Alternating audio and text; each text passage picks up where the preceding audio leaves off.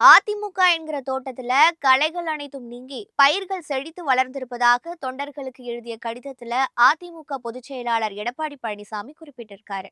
அதிமுகவின் 54ஆம் ஆண்டு தொடக்க விழாவை முன்னிட்டு அவர் எழுதியிருக்கும் அந்த கடிதத்துல ஆலமரம் போல் தழைத்து தரணி எங்கும் கிளைகள் பரப்பி நிற்கும் அஇஅதிமுகவின் 54ஆம் ஆண்டு தொடக்க விழாவை முன்னிட்டு அனைவரையும் இந்த மடல் வழியாக சந்திப்பதில் மகிழ்ச்சி என குறிப்பிட்டிருக்காரு.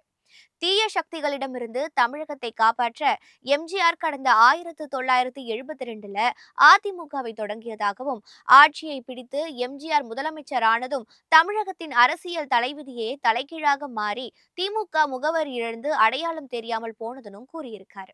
அஇஅதிமுக 54ஆம் ஆண்டில் அடியெடுத்து வைக்கும் இந்த இனிய தருணத்தில் அனைவருக்கும் தனது இதயபூர்வமான வாழ்த்துக்களை தெரிவித்துக் கொள்வதாக குறிப்பிட்டுள்ள எடப்பாடி பழனிசாமி, திமுக ஆட்சிக்கு முடிவுரை எழுதி எம்ஜிஆர் ஜெயலலிதாவின் பொற்கால ஆட்சியை தமிழகத்தில் மீண்டும் மலர செய்திட இந்த நாளில் அனைவருக்கும் உறுதியேற்போம்னு தெரிவிச்சிருக்காரு.